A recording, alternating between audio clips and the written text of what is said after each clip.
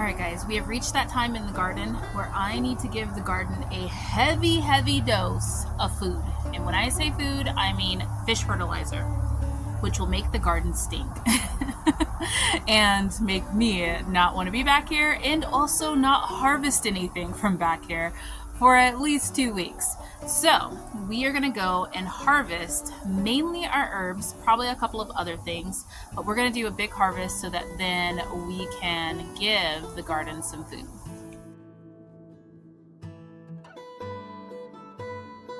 Hi everyone, welcome back to my channel. I'm Shamira Benson, one part of Team Benson, and we are going to harvest some stuff out of the garden today. We are going to pick one of my favorite things to harvest, and that is going to be our herbs, because I highly suggest that you guys grow yourselves a lot of herbs because it is healthier for you. And if you're cooking with these herbs are medicinal and they're going to do a lot for your health. So let's get started. We're going to give the garden a heavy dose of fish fertilizer to give it some food. So we want to make sure that we're getting what we want to eat for at least the next couple of weeks out of here, because once you put fish fertilizer down and it mixes with this Arizona sun, it is stinky, like really stinky, which is why we want to do it before it hits 118.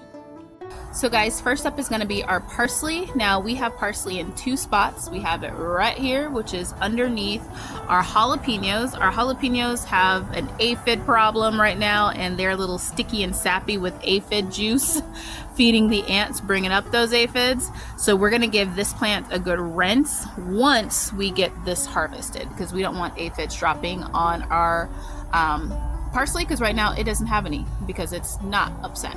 But we want to also make sure we have enough light for this right here to come in. This is our Armenian cucumber. So we're going to go ahead and pull this all the way down to like the nubs.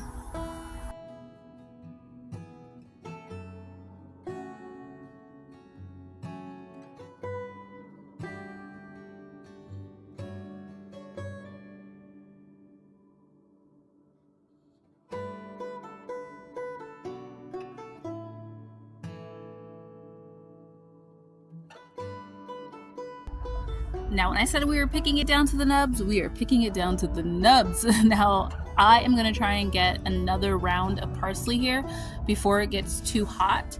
But I do have parsley in another area, so this is what we got from this area. Let's go see what we get from it in our second spot.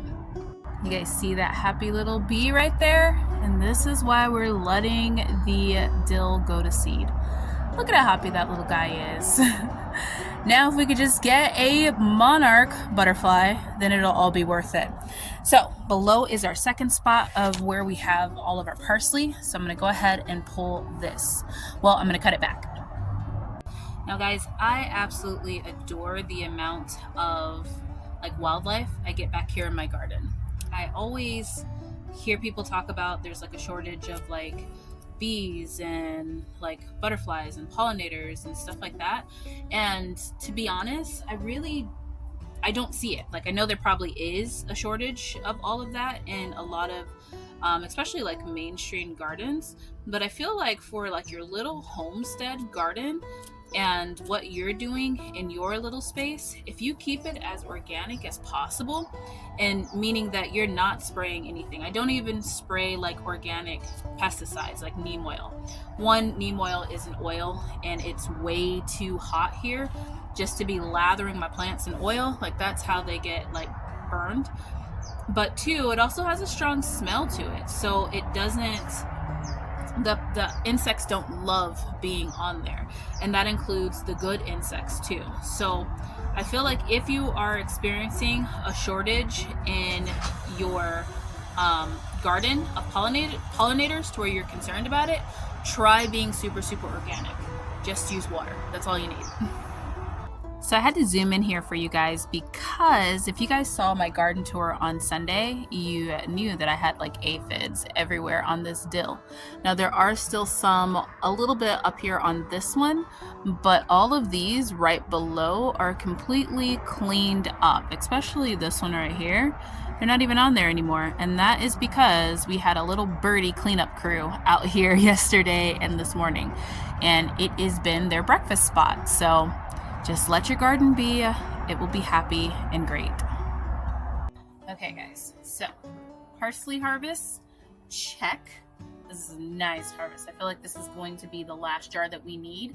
I did share the half a jar that I have with my goddaughter for Passover. For her Passover gift, she got dehydrated parsley with a cookbook. Now, the other herb that I cook with a lot, which is a vegetable, but it is my celery, which is right here. And I'm gonna take my celery also down to the nub, because if you guys didn't know, celery is a cut and come again crop. Now, yeah, when you look at celery in the store, it's those nice, like, long white stalks with zero flavor. If you just let your celery be and just kind of pick it as you need it, especially when it's young and tender and great, your celery is gonna taste top notch. I did not like celery before I started growing it. In fact, when I started growing it, I really kind of thought to myself, I don't know why I'm growing this, but it has the perfect amount of flavor, saltiness, celery-ness to it. And so I highly suggest that if you are not growing your own celery, you do, because once you do, you'll never go back to store-bought. All right, we have 2 patches here that I'm gonna pick from that are pretty big, and then we have our big patch out there that I'm going to get. So let me pick that.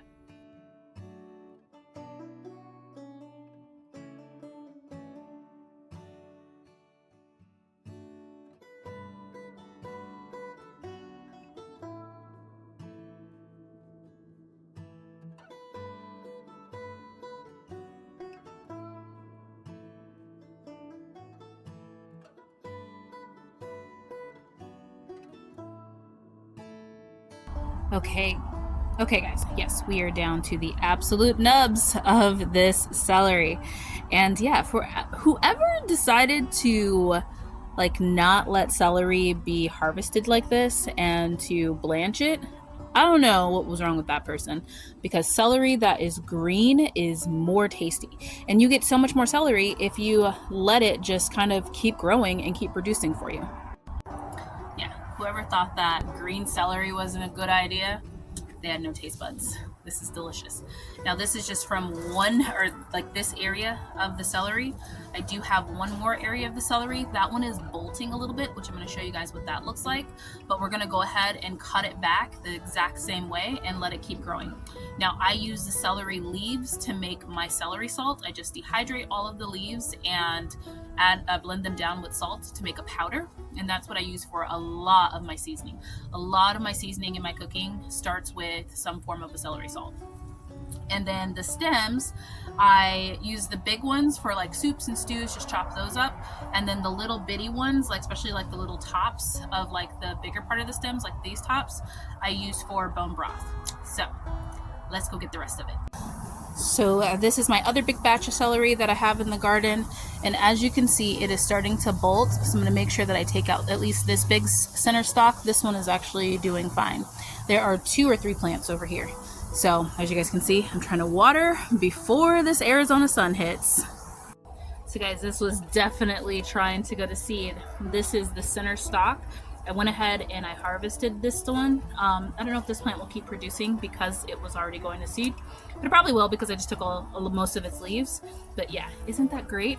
This is going to be used for a bone broth. It is going to be a lot more fibrous, so it's not something that you want to like just munch on. But for a bone broth, this has a lot of flavor to it. This is a lot, guys. I never worry if I can grow a year's supply of celery. That always happens. Okay guys, we're looking for more buckets. Now, I am going to stop harvesting in my garden right now because I see a lot of things like this. You see that? That is another happy little bee. Now, for those of you guys that are trying to get more pollinators to your garden and build your garden up to be more organic, you also have to realize that there are times that your garden is for you and times that your garden is for the bees and the nature and the birds and all those different things, because a lot of them don't like to come back here if you're picking on the garden, which I have a rule about picking on the garden.